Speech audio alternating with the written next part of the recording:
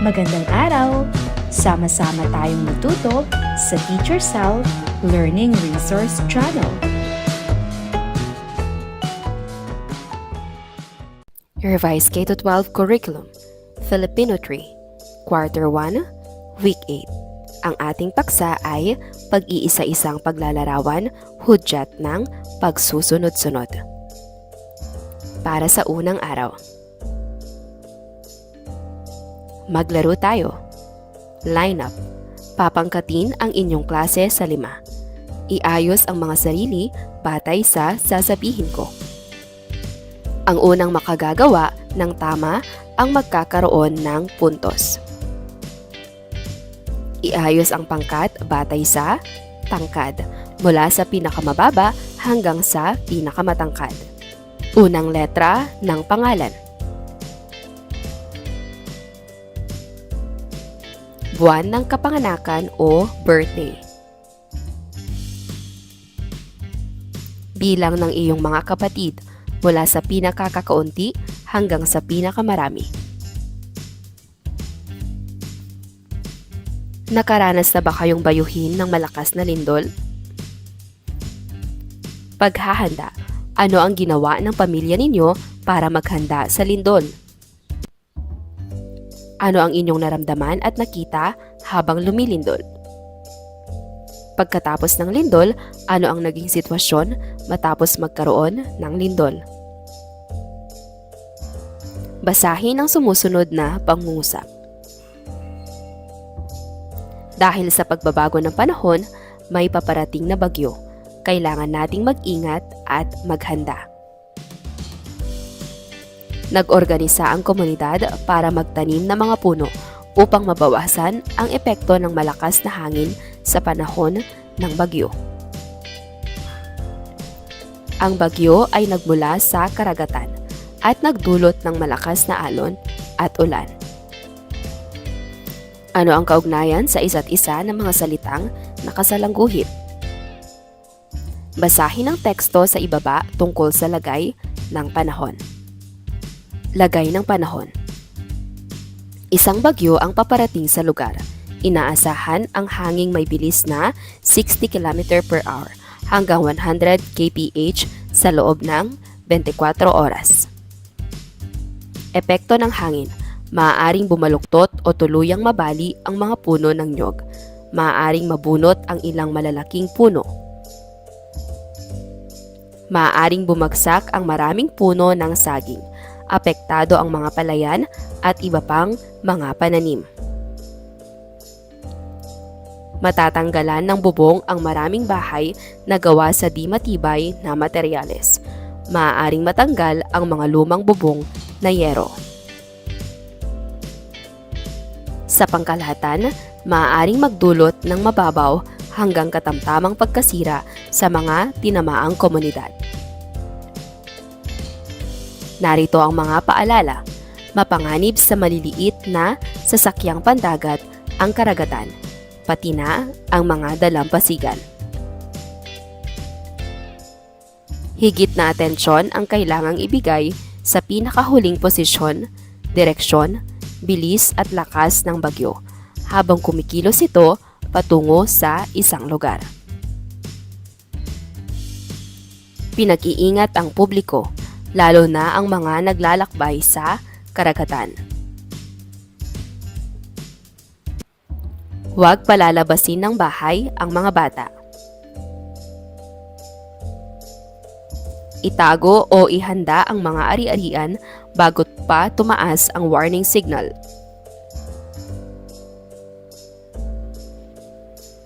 Kumikilos na ang disaster preparedness agencies o organizations para paghandain ang kanilang mga komunidad. Ano ang paksa ng teksto? Tungkol saan ang ating binasa? Ano ang epekto ng taglay na hangin ng bagyo? Ano-anong mga paghahanda ang dapat gawin kapag may paparating na bagyo na may taglay na lakas ng hangin na 60 kph hanggang 100 kph? Nakaranas ka na ba ng ganitong kalakas na bagyo? ibahagi ang iyong karanasan sa katabi. Ano-anong mga hakbang ang inyong ginagawa? Alamin natin, paano inayos ang mga impormasyon sa teksto?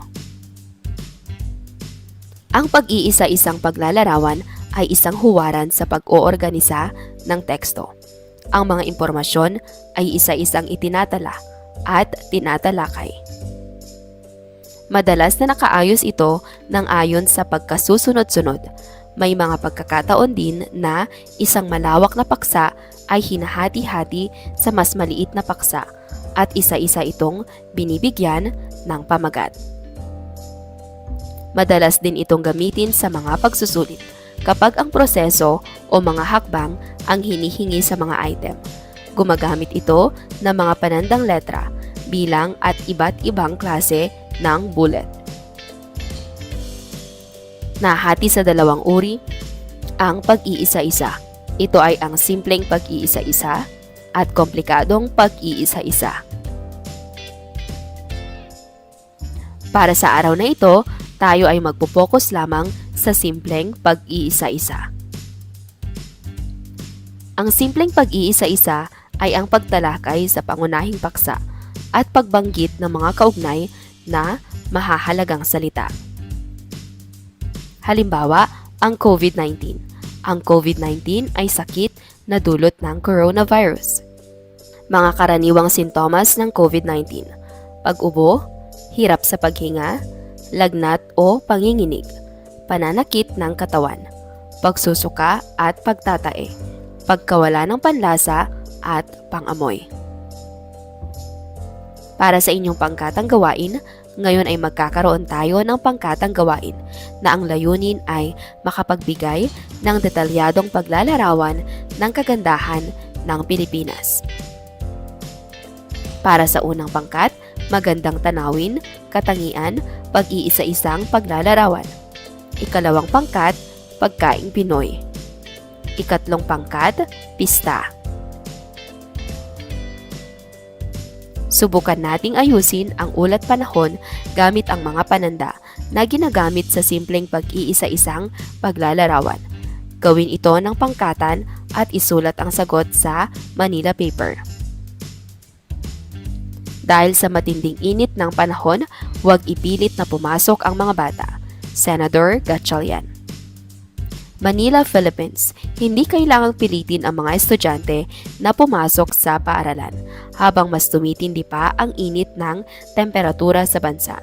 Ayon kay Senator Sherwin Gatchalian, ngayong Huwebes, Abril 4, aniya, hindi makabubuti para sa mga mag-aaral ang ma-expose ng matagal sa pinakamatinding heat index sa ilang bahagi ng Pilipinas, kung saan ay dapat huwag pilitin ang mga mag-aaral na tumuloy sa kani-kanilang eskwelahan. May flexibility ang mga guro natin na pumasok sa blended learning, pagpapaalala ng senador sa mga guro. Kaya ang panawagan ko sa ating mga guro ay huwag nating ipilit na pumasok ang bata sa eskwelahan.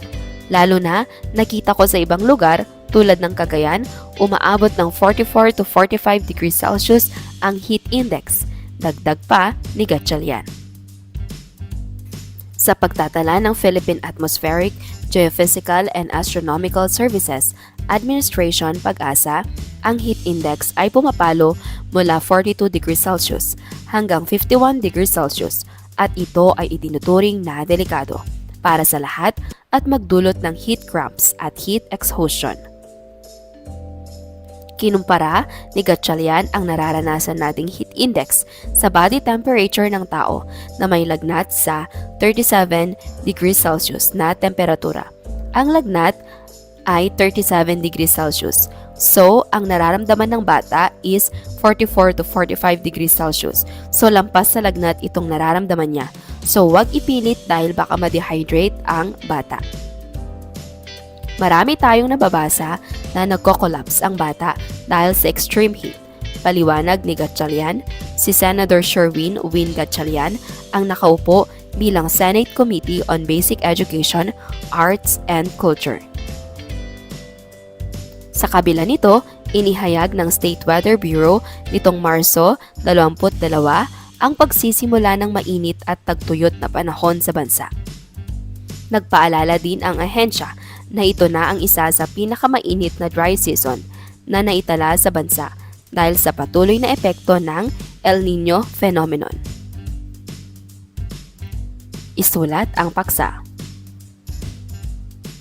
Isulat ang mga nakuhang mga impormasyon tungkol sa paksa.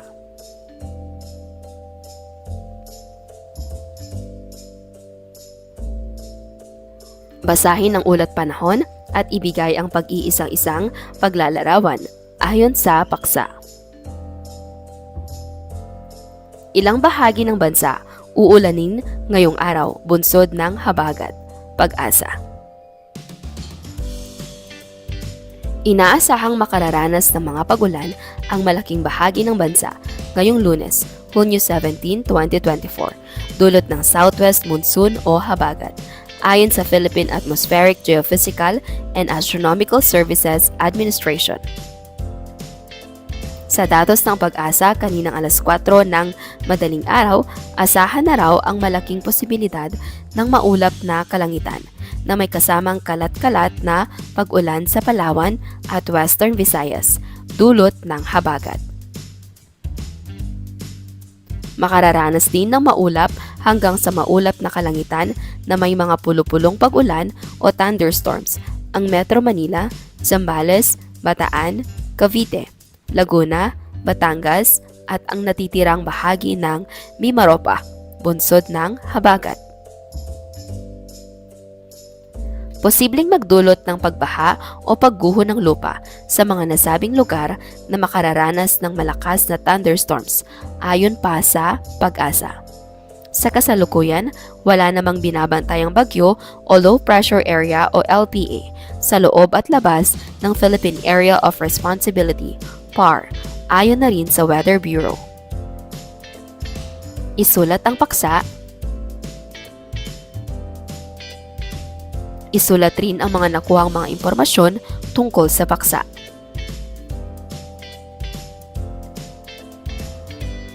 Lagyan ng paisa-isang paglalarawan ang bawat paksa gamit ang mga pananda. Unang grupo, paksa, wastong paggalang sa mga nakatatanda. Panandang gagamitin, bilang. Ikalawang grupo, paksa, karapatang pambata, pananda, letra. Ikatlong grupo, paksa, tungkulin ng isang batang mag-aaral, pananda, bullet. Para sa ikalawang araw. Sensory box, isang laro na ginagamitan ng mga pandama. Amuyin, hawakan o suriin ang mabubunot sa kahon at ilarawan ito. Paano nyo nahulaan ang mga bagay na nasa loob ng kahon? Sa pamamagitan ng paglalarawan gamit ang ating mga pandama, tulad ng pang-amoy. Lakbay isipan. Nakapunta na ba kayo sa isa sa 7 Wonders of the World, ang hagdang-hagdang palayan na matatagpuan sa probinsya ng Ifugao, sa rehiyon ng Cordillera Administrative Region o CAR? Ngayong araw, tayo ay pupunta sa pamamagitan ng lakbay isip. Isara ang inyong mga mata, huminga ng malalim, at tayo ay maglakbay patungo sa hagdang-hagdang palayan o Banawe Rice Terraces. Kayo ay nasa isang bus, ilarawan ang inyong nararamdaman habang naglalakbay. Tumingin tayo sa bintana. Ang ganda ng mga lunti ang bundok. Ang mga puno ay siksik at ang kanilang mga dahon ay kumikislap sa sikat ng araw. Sa bawat liko ng daan ay unti-unti na nating natatanaw ang hagdan-hagdang palayan, mga iba't ibang kulay ng ibon na nagliliparan. Naririnig ba ninyo ang aking naririnig? Tunog ng sulibaw at gangsa, mga uri ng drum na ginagamit bilang instrumentong pangmusika ng mga katutubong igorot. Tila nakakagutom ang amoy na iyon. Tama kayo mga bata. Iyon nga ay manok. Alam ba ninyo na ang tawag roon ay pinikpikan? Hayun, nakikita ba ninyo ang mga nakasabit na karne na pinapausukan ng mga kapatid nating igorot? Iyon ay etag na may masarap na lasa. Kapit lang mga bata at nararamdaman na natin ang pag-uga ng bus dahil papalapit na tayo. Tayo ngayon ay bumabagtas sa mga kalsadang liko-liko at huminto na ang bus. Ang lamig, ang presko ng hangin. Naibigan ba ninyo ang ating pamamasyal? Basahin ang mga sumusunod na salita. Paningin, pangamoy, panlasa, pandama, pandinig. Balikan natin ang ating paglalakbay. Anong mga salita ang maiuugnay sa paningin? Ganda ng mga lunti ang bundok. Panlasa, matinding lasa. Pangamoy, amoy ng lutong manok. Pandinig, tunog na nagmumula sa gangsa at sulibaw. Pandama, malamig na simoy ng hangin. Magaling mga bata, tayo na at tumako sa ating bagong aralin. Ating basahin ang ulat na ito. Resort sa paanan ng Chocolate Hills, inuulan ng batikos. Maynila, kontrobersyal at tampulan ngayon ng mga komento at batikos ang Captain's Peak Resort na matatagpuan sa paanan ng tanyag na Chocolate Hills sa bayan ng Sagbayan sa Bohol. Taong 2019 pa na itayo ang resort pero kamakailan lang nag-viral ang video na kuha ng isang netizen. Agaw pansin ang swimming pool at slide na kitang-kita sa paanan ng tatlong Chocolate Hills. Itinuturing na protected area sa ilalim ng batas ang Chocolate Hills.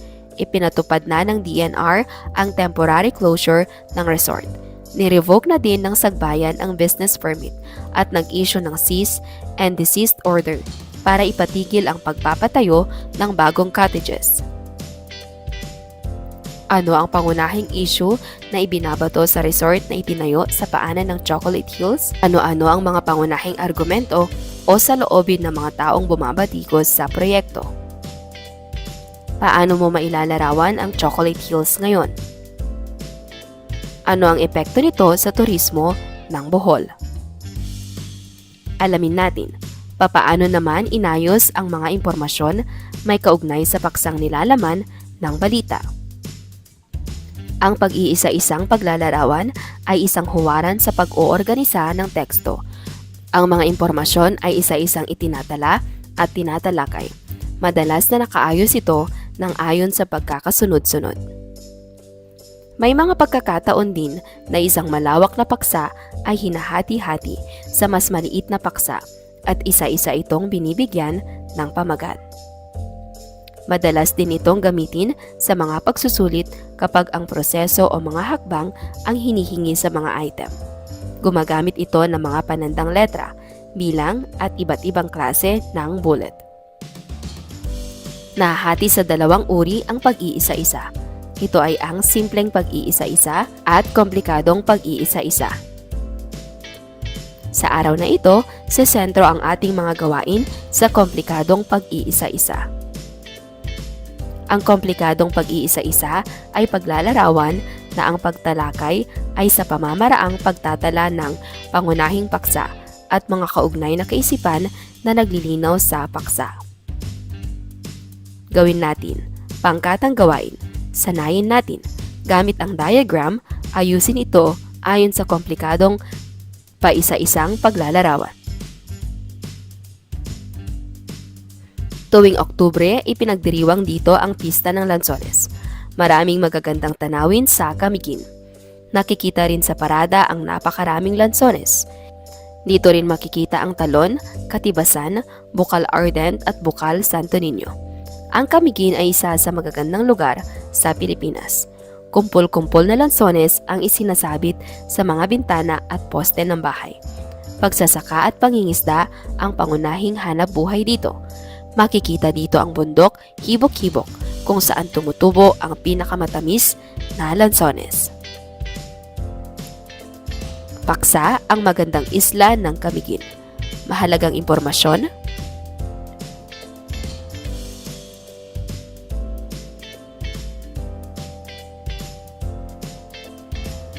Ayusin ang mahalagang paksa sa balita gamit ang mga pananda na ginagamit sa komplikadong pag-iisa-isang paglalarawan. Coliform sa Boracay, dahilan sa pagkasira ng corals. Boracay Island, naniniwala ang Sangkalikasan Producers Cooperative SPC na ang pagkakaroon ng coliform sa isla ng Boracay sa Malay Aklan ang isa sa mga pangunahing dahilan ng pagkasira ng corals sa isla. Ayon sa SPC, naitala nila noong 2014 ang isa sa makasaysayang pagkasira ng maraming bahagi ng corals sa Boracay. Inuulat kamakailan ng Department of Environment and Natural Resources na ang coliform ay bunsod ng domestic waste na inilalabas ng mga bahay at mga hotel sa ilang lugar sa Boracay. Maliban sa coliform, isa rin sa posibleng dahilan ng pagkasira ng corals ay ang climate change. Pangunahing paksa at ilagay ang sumusuportang detalye.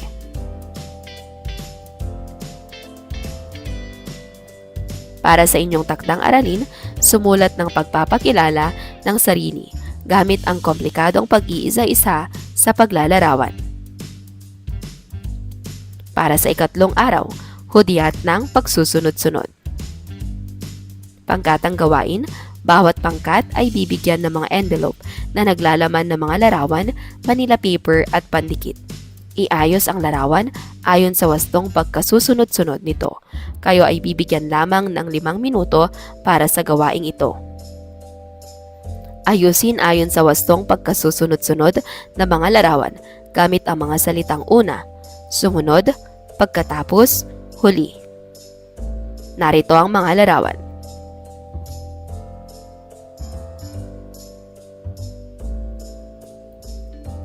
Nagawa mo ba na maayos ang gawain? Ano ang iyong naging palatandaan sa pagkasusunod-sunod na mga larawan? Mahalaga ba na dapat ay tama ang pagkasusunod-sunod na mga pangyayari sa isang kwento? Bakit? Hanapin mo ako. Hanapin at bilugan sa crossword puzzle ang mga sumusunod na salita. Una, sumunod, ng, pagkatapos, huli. Ano ang napapansin ninyo sa mga salita? Muling basahin. Una, sumunod, ng, pagkatapos, huli. Marunong ba kayong maglaba? Gusto ba ninyo itong matutunan? Kompletuhin ang tamang paglalaba ni nanay sa pamamagitan ng paglalagay ng mga natutunang salita. Araw ng Sabado ay abala si nanay sa paglalaba ng maruruming damit. Patlang, ihiwalay ang puti sa dekolor. Patlang, lagyan ng pambabad ang batya at ilubog ang mga puting damit. Patlang, matapos na ang mga puting damit ay isunod ang mga dekolor. Patlang, banlawan ang mga damit at huwag kalimutang lagyan ng fabric conditioner. Patlang, huwag pagsamahin na isalansan sa sampayan ang puti at dekolor upang maiwasan ang pagkakahawa ng kulay nito. Ano ang sinasabi sa larawan? Panoorin ang video. Ang pamagat ay, ano nga ba ang sanhi ng plastic pollution sa bansa? Sagutin ang pagganyak na tanong. Ano ang sinasabi sa larawan?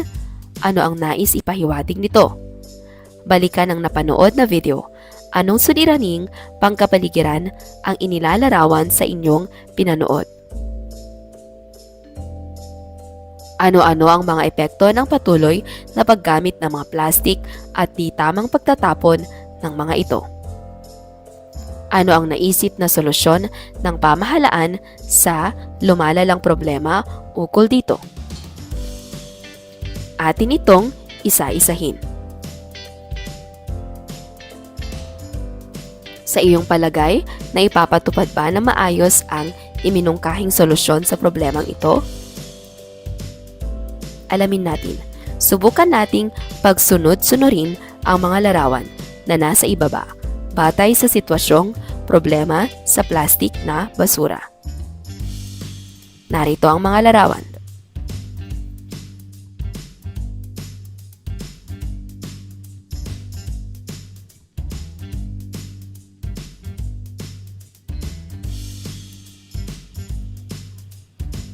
Ano ang iyong naging gabay upang mapagsunod-sunod mo ang mga larawan? Ano-anong mga panandang ginamit bilang hudyat sa pagkasusunod-sunod ng mga pangyayari? Isulat ang mga ito at gamitin ito sa pangungusap. Ang mga tekstong informatibo katulad ng napanood natin ay gumagamit ng mga huwaran upang mas maging organisado o maayos ang paglalahad nito ng mga impormasyon. Isa dito ay ang paggamit ng mga hudyat sa pagkakasunod-sunod. Ito ay mga panandang salita na nagbibigay hudyat sa tamang pagkakasunod-sunod ng mga pangyayari. Mga halimbawa ng panandang gamit sa pagkasusunod-sunod. 1, 2, 3, 4. A, B, C, D. Una, pangalawa, pangatlo, pang-apat. Sumunod, pagkatapos. Bilang panimula, bilang pangwakas. Sa unang pagkakataon, sa ikalawang pagkakataon. Pagkaraan, huli. Tahirawan. Bawat pangkat ay bibigyan ng envelope na naglalaman ng 4 na larawan na may Manila paper at pandikit. Ayusin ito upang makabuo ng isang magandang kwento. Narito ang mga larawan.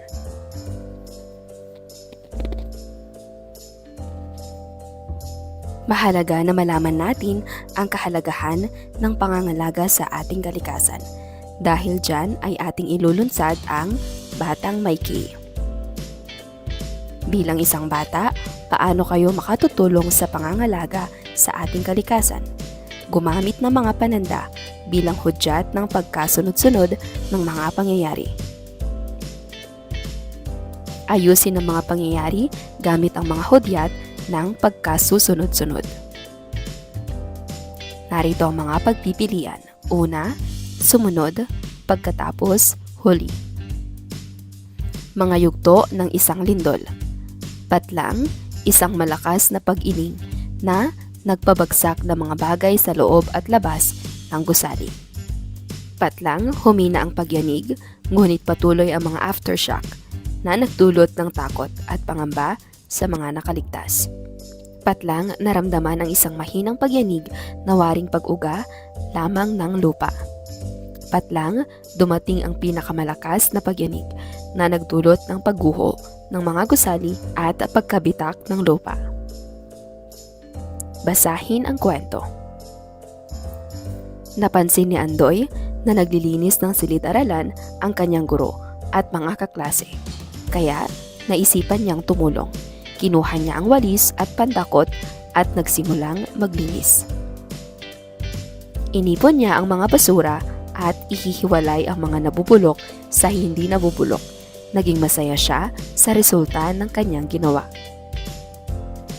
Isulat ang ginawang paglilinis ni Andoy gamit ang mga hudyat ng pagkasunod-sunod. Narito ang mga posibleng sagot. Una, kinuha niya ang walis at pandakot. Pagkatapos, nagsimula na siyang maglinis. Sumunod, inipon niya ang mga basura. Pinakahuli, inihiwalay niya ang mga basurang nabubulok sa hindi nabubulok. Para sa ika-4 na araw, hudyat ng pagsusunod-sunod. Panoorin ang patalastas mula sa DOH on Family Planning.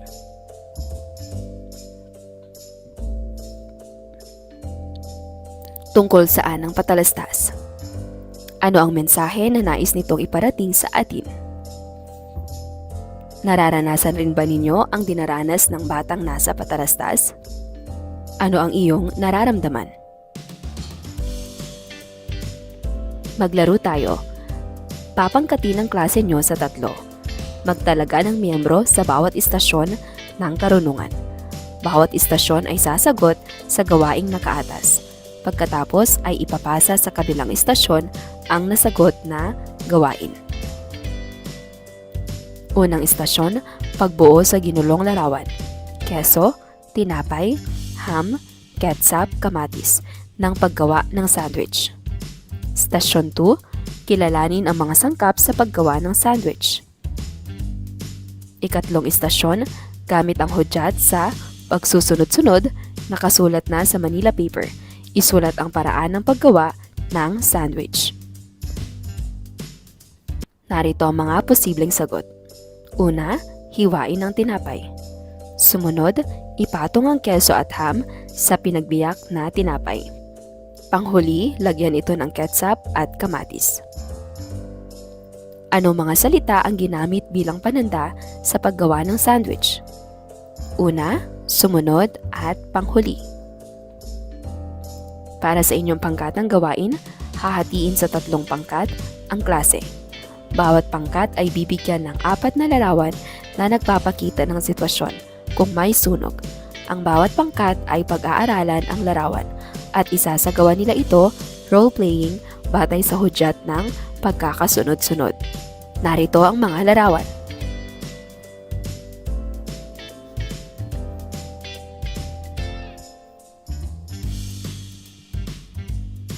Tingnan at basahin ang ibinigay na patalastas ukol sa kung ano ang dapat gawin kapag may bagyo.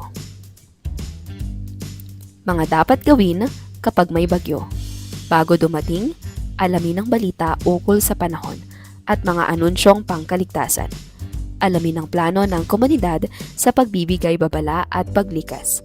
Suriin ang bahay at kumpunihin ang mga mahina o sirang bahagi nito. Ihanda ang go bag na naglalaman ng mga pangangailangan ng pamilya. Ilikas ang mga alagang hayop sa ligtas na lugar. Kapag inabisuhan ng kinauukulan, mabilis na lumikas sa itinakdang evacuation center. Manatili rin sa loob ng bahay o evacuation center at makinig sa pinakabagong balita at taya ng panahon. Umiwas sa mga salaming bintana. Gumamit ng flashlight o emergency lamp. Maging mag-ingat sa paggamit ng kandila o gasera. Patayin ang main switch ng kuryente at valve ng tubig.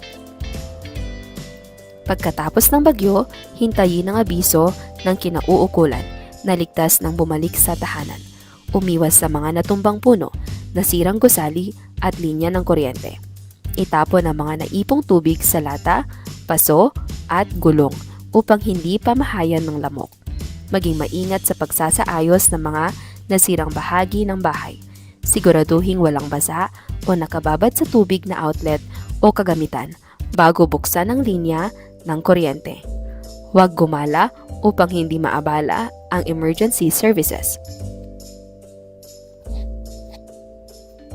Tungkol saan ang poster? Ano-ano ang mga dapat gawin bago, habang at pagkatapos ng bagyo? Alin sa mga ito ang inyong ginagawa at alin ang mga hindi nyo ginagawa? Nakatutulong ba sa atin ang mga ganitong patalastas? Bakit? Anong mga salita ang nagbibigay ng hudyat ng pagkasusunod-sunod? Alamin natin, marami pang mga salita ang maaari nating gamitin upang maging hudyat sa pagsusunod-sunod ng mga pangyayari. Narito ang ilang gabay sa paggamit at pagtukoy ng mga salitang hudyat sa pagsusunod-sunod. Pang-uring pamilang na ordinal kapag nagpapakita ng pagkasusunod-sunod ng mga tao, bagay, hayop, lugar at gawain. Una, kasunod at panghuli, at iba pa ay ginagamit kapag ito ay isang proseso o paraan ng pagsasagawa. Maaari ring gamitin dito ang salitang hakbang plus pamilang. Halimbawa ay unang hakbang, ikalawang hakbang, ikatlong hakbang. Sa pagpapakilala ng nauunang pangyayari, Ginagamitan ito ng mga salitang sa simula, noon, dati, una, bago ito, mula noon. Subukan natin basahin ang teksto sa langguhitan ng mga salitang pananda sa hudyat ng pagsusunod-sunod. May sakit si ina. Masipag at mabait na bata si Trina. Isang araw, nagising siya na may sakit ang ina.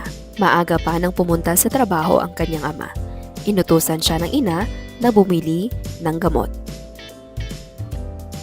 Pagkatapos ay dumaan siya sa kaibigan ng kanyang ina para kuhanin ang binibigay nitong prutas.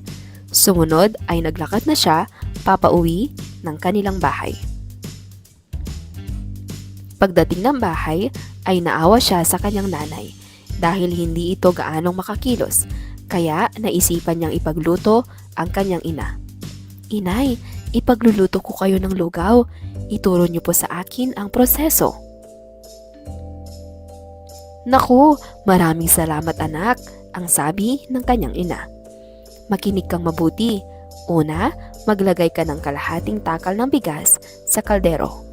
Sumunod naman ay hugasan mo ang bigas. Pagkatapos ay lagyan mo ito ng 3 basong tubig para sa sabaw. Isalang mo sa kalan at hintayin kumulo. Hayaan mong kumulo ito ng 10 minuto. Panghuli ay timplahan mo ng asin kapag luto na," ang sabi ng inay. Madali lang pala, sabi ni Trina. Masayang pinanood ng nanay si Trina habang nagluluto. Maaasahan talaga si Trina, bulong ng kanyang ina. Anong uri ng bata si Trina? Ano ang nangyari sa kanyang ina? Sa palagay mo, masusundan ba ni Trina ang mga hakbang na ibinigay ng kanyang ina?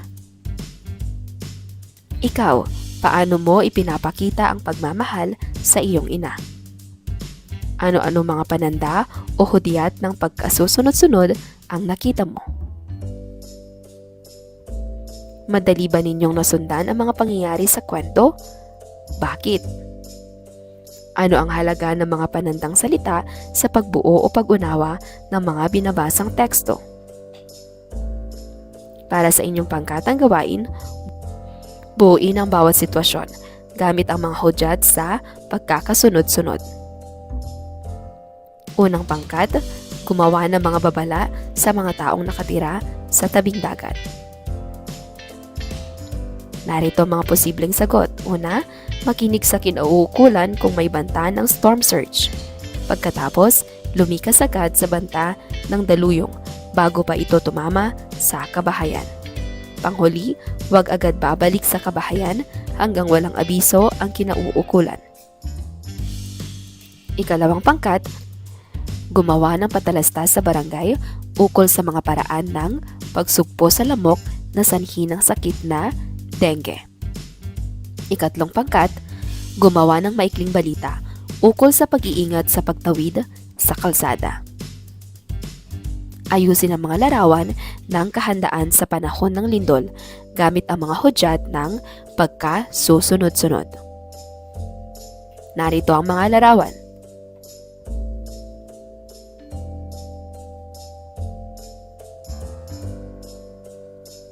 Puna ng patlang ng wastong hudyat ng pagkasusunod-sunod.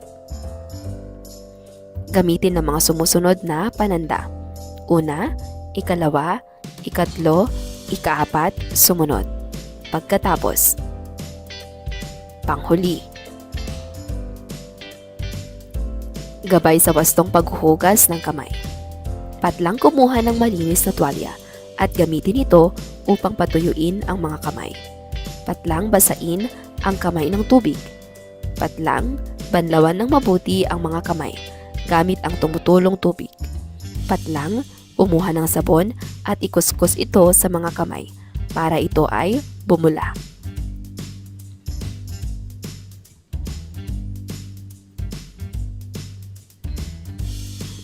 Kumuha ng malinis na tuwalya at gamitin ito upang patuyuin ang mga kamay. Ngayong malinis na ang mga kamay, ay iwasang humawak sa mga maruruming bagay upang makaiwas sa sakit. Sumulat tungkol sa isang karanasan nitong bakasyon. Gamitin ang mga salitang hudyat ng pagsusunod-sunod.